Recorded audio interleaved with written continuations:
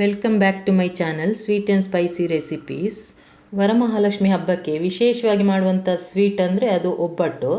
ಅದರಲ್ಲೂ ಬೇಳೆ ಒಬ್ಬಟ್ಟನ್ನು ಸಾಫ್ಟಾಗಿ ಯಾವ ರೀತಿ ಮಾಡ್ಬೋದು ಅಂತೇಳಿ ನಾನು ಇವತ್ತಿನ ವಿಡಿಯೋದಲ್ಲಿ ತೋರಿಸ್ತೀನಿ. ನಾನಿವತ್ತು ತೊಗರಿಬೇಳೆಯಲ್ಲೇ ಒಬ್ಬಟ್ಟು ಮಾಡ್ತಾಯಿದ್ದೀನಿ. ಅದಕ್ಕೆ 1 ಕಪ್ನಷ್ಟು ತೊಗರಿಬೇಳೆನ ಒಂದು ಪಾತ್ರೆಗೆ ಹಾಕಿ ಚೆನ್ನಾಗಿ ಒಂದು 2-3 ಸಲ ತೊಳೆದು, ನಾವು ಯಾವ ಕಪ್ನಲ್ಲಿ ತೊಗರಿಬೇಳೆ ಹಾಕಿದ್ದೇವೋ ಅದೇ ಕಪ್ನಲ್ಲಿ 3 ಕಪ್ನಷ್ಟು ನೀರನ್ನು ಹಾಕಬೇಕು. ತೊಗರಿಬೇಳೆಯಲ್ಲಿ ಇಲ್ಲಾಂದರೆ ಸಾಮಾನ್ಯವಾಗಿ ಕಡಲೆಬೇಳೆಯಲ್ಲಿ ಕೂಡ ಒಬ್ಬಟ್ಟು ಮಾಡ್ತಾರೆ. ಇವಾಗ ಇದಕ್ಕೆ ನೀರು ಹಾಕಿದ ನಂತರ ಸ್ಟವ್ ಆನ್ ಮಾಡಿ ಪಾತ್ರೆನಿಟ್ಟು ಚೆನ್ನಾಗಿ ಈ ಬೇಳೆಯನ್ನು ಬೇಯಿಸಬೇಕು. ಇದು ಬೇಯುವಷ್ಟರಲ್ಲಿ ನಾವು ಇದಕ್ಕೆ ಕಣಕ ರೆಡಿ ಮಾಡ್ಕೊಳ್ಳೋಣ. ನಾನಿಲ್ಲಿ 1 ಕಪ್ನಷ್ಟು ತೊಗರಿಬೇಳೆಗೆ 2 ಕಪ್ನಷ್ಟು ಮೈದಾ ಹಿಟ್ಟನ್ನು ತೊಗೊಂಡಿದ್ದೀನಿ. ಅದನ್ನೊಂದು ಪಾತ್ರೆಗೆ ಹಾಕಿ ಚಿಟಿಕೆ ಉಪ್ಪು ಮತ್ತೊಂದು 1/4 ಸ್ಪೂನ್ನಷ್ಟು ಅರಿಶಿನ ಹಾಕ್ಕೊಂಡು ಚೆನ್ನಾಗಿ ಒಂದು ಸಲ ಹಾಗೆ ಮಿಕ್ಸ್ ಮಾಡ್ಕೊಳ್ಳಿ ಕೈಯಲ್ಲೇ. ಕೆಲವರು ಮೈದಾ ಹಿಟ್ಟಿನ ಜೊತೆ ರವೆಯನ್ನು ಕೂಡ ಹಾಕ್ತಾರೆ. ನಾನಿಲ್ಲಿ ಕೇವಲ ಮೈದಾದಿಂದ ಮಾತ್ರ ಮಾಡ್ತಾಯಿದ್ದೀನಿ. ನೋಡಿ, ಇದು ಚೆನ್ನಾಗಿ ಮಿಕ್ಸ್ ಮಾಡಿದ ನಂತರ ಸ್ವಲ್ಪವೇ ನೀರು ಹಾಕ್ಕೊಂಡು ಸಾಫ್ಟ್ ಆಗಿರುವಂಥ ಹಿಟ್ಟನ್ನು ಕಲಿಸಬೇಕು. ನಾವು ಚಪಾತಿಗೆಲ್ಲ ಎಷ್ಟು ಸಾಫ್ಟಾದ ಹಿಟ್ಟನ್ನು ಕಲಿಸ್ತೇವೋ ಅಷ್ಟು ಸಾಫ್ಟಾದ ಹಿಟ್ಟನ್ನು ಕಲಿಸಿದ್ರಾಯ್ತು. ಕೈಗೆ ಅಂಟಬಾರ್ದು ಅಂತೇಳಿ ನೋಡಿ ಮತ್ತೆ ಸ್ವಲ್ಪ ಎಣ್ಣೆ ಹಾಕ್ಕೊಂಡು ಕಲಿಸ್ಕೊಳ್ಳಿ. ನೋಡಿ, ಈ ರೀತಿ ಕೈಯಲ್ಲೇ ಈ ರೀತಿ ನೋಡಿ ಹಿಸ್ಕಿಕೊಂಡೇ ಕಲಿಸ್ಕೊಳ್ಬೇಕು. ಹಿಟ್ಟನ್ನು ನಾವು ಚೆನ್ನಾಗಿ ಹದ ಮಾಡಬೇಕು. ಒಬ್ಬಟ್ಟು ನಮಗೆ ಎಲ್ಲೂ ಸೀಳಬಾರ್ದಂದರೆ ಈ ರೀತಿ ಮುಷ್ಟಿಯಲ್ಲೇ ಹದ ಮಾಡಿಕೊಂಡು ಹಿಟ್ಟನ್ನು ಕಲಿಸ್ಕೊಳ್ಳಿ. ಸಾಫ್ಟಾದ ಹಿಟ್ಟು ಕಲಿಸಿದ ನಂತರ ಇದು ಡ್ರೈ ಆಗಬಾರ್ದು ಅಂತೇಳಿ ನಾನು ಸ್ವಲ್ಪ ಮೇಲ್ಗಡೆ ಎಣ್ಣೆ ಹಚ್ಕೊಂಡು ಮಿನಿಮಮ್ 1 ಅವರ್ ಅದು ನಾವು ಹಾಗೇ ಬಿಡಬೇಕಾಗತ್ತೆ. ನಾವು ಕಣಕ ರೆಡಿ ಮಾಡುವಷ್ಟರಲ್ಲಿ ಇಲ್ಲಿ ಬೇಳೆನೂ ಚೆನ್ನಾಗಿ ಬೆಂದಿದೆ. ನಾವು ತೊಗರಿಬೇಳೆ ಒಬ್ಬಟ್ಟನ್ನು ಮಾಡೋದಾದರೆ ಬೇಳೆ ನಾವು ಬೇಯಿಸ್ಬೇಕಾದ್ರೆ ಜಾಸ್ತಿ ಇದನ್ನು ಬೇಯಿಸ್ಕೊಳ್ಬಾರ್ದು. ನೋಡಿ, ಈ ರೀತಿ ಮುಟ್ಟಬೇಕಾದ್ರೆ ಎಲ್ಲೂ ನಮಗೆ ಗಟ್ಟಿಯಾಗಿ ಸಿಗಬಾರ್ದು. ಅಲ್ಲಿ ತನಕ ಬೇಯಿಸಿ.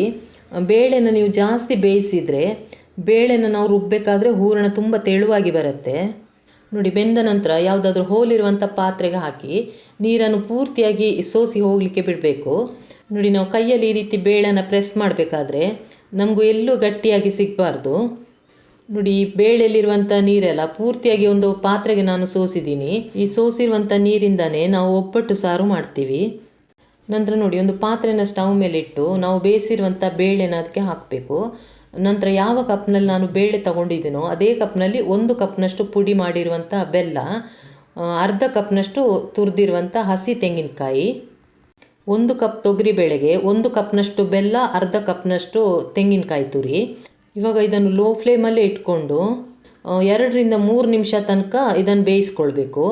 ನಂತರ ನೋಡಿ, ಒಂದು 3 ನಿಮಿಷ ಆದ ನಂತರ ಇದು ಗಟ್ಟಿಯಾಗತ್ತೆ. ನಂತರ ಇದಕ್ಕೆ ಏಲಕ್ಕಿ ಪೌಡರ್ ಸೇರಿಸ್ತಾ ಇದ್ದೀನಿ. ನೋಡಿ, ಏಲಕ್ಕಿ ಪೌಡರ್ ಹಾಕಿದ ನಂತರ 1 ನಿಮಿಷ ತನಕ ಹಾಗೆ ಕೈ ಆಡಿಸ್ತಾನೆ ಇರಿ. ಏಲಕ್ಕಿಯ ಘಮ ಎಲ್ಲ ಬೇಳೆಗೆ ಚೆನ್ನಾಗಿ ಹೊಂದಿಕೊಳ್ಳಿ. ನಂತರ ಸ್ಟವ್ ಆಫ್ ಮಾಡಿಕೊಂಡು ಇದನ್ನು ನಾನು ಪೂರ್ತಿಯಾಗಿ ತಣ್ಣಗಾಗಲಿಕ್ಕೆ ಬಿಟ್ಟಿದ್ದೀನಿ. ನೋಡಿ, ಪೂರ್ತಿಯಾಗಿ ತಣ್ಣಗಾಗಿದೆ. ಇವಾಗ ಸ್ವಲ್ಪನೇ ಮಿಕ್ಸಿ ಜಾರಿಗೆ ಹಾಕ್ಕೊಂಡು ಪಲ್ಸ್ ಮೋಡಲ್ಲೇ ಇದನ್ನು ಗ್ರೈಂಡ್ ಮಾಡ್ಕೊಳ್ಳಿ. ಇದನ್ನು ನೀವು ಎಷ್ಟು ಸಾಫ್ಟಾಗಿ ರುಬ್ತೀರೋ ನಮಗೆ ಒಬ್ಬಟ್ಟು ಅಷ್ಟೇ ಸಾಫ್ಟಾಗಿ ಬರುತ್ತೆ. ನೋಡಿ, ಈಗ ನಾನು ಒಂದು ಬ್ಯಾಚ್ ನಾನು ರುಬ್ಬಿ ಒಂದು ಪಾತ್ರೆಗೆ ಹಾಕ್ತಾಯಿದ್ದೀನಿ. ನೀವು 2 ಕಪ್ ಮೈದಾ ಹಿಟ್ಟಲ್ಲಿ ಕಣಕ ರೆಡಿ ಮಾಡಿಕೊಂಡು 1 ಕಪ್ ಬೇಳೆಯಲ್ಲಿ ಹೂರಣ ರೆಡಿ ಮಾಡಿಕೊಂಡ್ರೆ ಕಣಕ ಮತ್ತು ಹೂರಣದ ಪ್ರಮಾಣ ನಮಗೆ ಸರಿಯಾಗತ್ತೆ.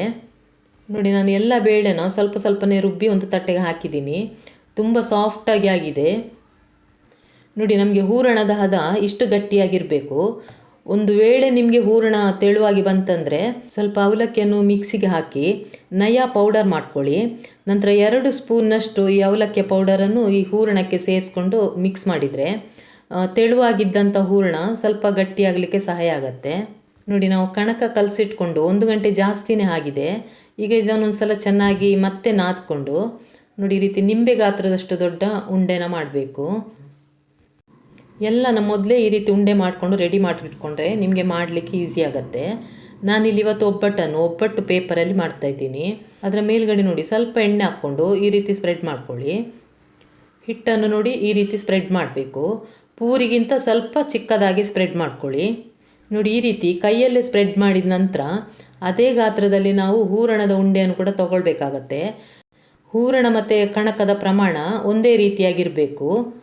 ನಂತರ ನೋಡಿ, ಅದನ್ನು ಈ ರೀತಿ ಮಧ್ಯದಲ್ಲಿಟ್ಟು ಸುತ್ತಲೂ ಈ ರೀತಿ ಅದನ್ನು ಕವರ್ ಮಾಡಬೇಕು.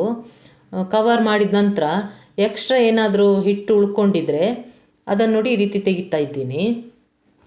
ನೋಡಿ, ಈ ರೀತಿ ಮೇಲ್ಗಡೆ ಏನು ಹಿಟ್ಟು ಉಳ್ಕೊಂಡಿದೋ ಅದನ್ನು ತೆಗೆದ ನಂತರ ಕೈಯಲ್ಲೇ ಮತ್ತೆ ತಟ್ತಾ ಹೋಗಬೇಕು.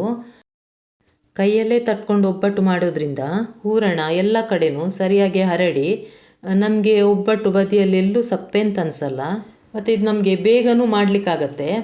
ನೋಡಿ, ಈ ರೀತಿ ಇಷ್ಟು ಅಗಲವಾಗಿ ನಾವು ತಟ್ಟಿದ ನಂತರ ಕಾದಿರುವಂಥ ತವ ಮೇಲೆ ಹಾಕ್ತಾಯಿದ್ದೀನಿ. ನಾವು ಒಬ್ಬಟ್ಟನ್ನು ಬೇಯಿಸ್ಬೇಕಾದ್ರೆ ಲೋ ಫ್ಲೇಮಲ್ಲಿ ಇಟ್ಕೊಂಡು ಬೇಯಿಸಬೇಕು. ನಂತರ ನೋಡಿ, ಅದರ ಮೇಲ್ಗಡೆ ಸ್ವಲ್ಪ ಎಣ್ಣೆನೋ ತುಪ್ಪನೋ ಹಾಕ್ಕೊಂಡು ಇನ್ನೊಂದು ಬದಿಯನ್ನು ಮಗ್ಚಿ ಬೇಯಿಸ್ಕೊಳ್ಬೇಕು.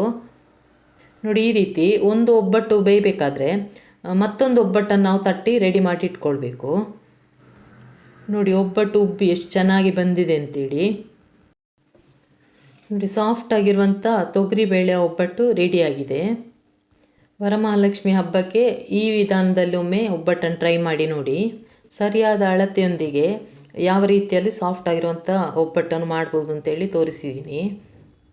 ಇದನ್ನು ಬಿಸಿ ಬಿಸಿ ಇರಬೇಕಾದ್ರೇ ತುಪ್ಪದ ಜೊತೆ ಟೇಸ್ಟ್ ಮಾಡಿ, ತುಂಬಾ ರುಚಿಯಾಗಿರುತ್ತೆ.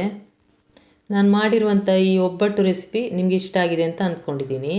ಇಷ್ಟ ಆಗಿದರೆ ಖಂಡಿತ ಒಂದು ಲೈಕ್ ಕೊಡಿ. ಸಾಧ್ಯವಾದಷ್ಟು ಎಲ್ಲರ ಜೊತೆ ಶೇರ್ ಮಾಡಿ. ಹೊಸಬ್ರು ಯಾರಾದರೂ ನನ್ನ ವೀಡಿಯೋವನ್ನು ಫಸ್ಟ್ ಟೈಮ್ ನೋಡ್ತಾ ಇದ್ದರೆ ದಯವಿಟ್ಟು ಸಬ್ಸ್ಕ್ರೈಬ್ ಮಾಡ್ಕೊಂಡು ನೋಡಿ. ಹೊಸ ರೆಸಿಪಿ ಜೊತೆ ಇನ್ನೊಂದು ವೀಡಿಯೋದಲ್ಲಿ ಸಿಗ್ತೀನಿ. Thanks for watching.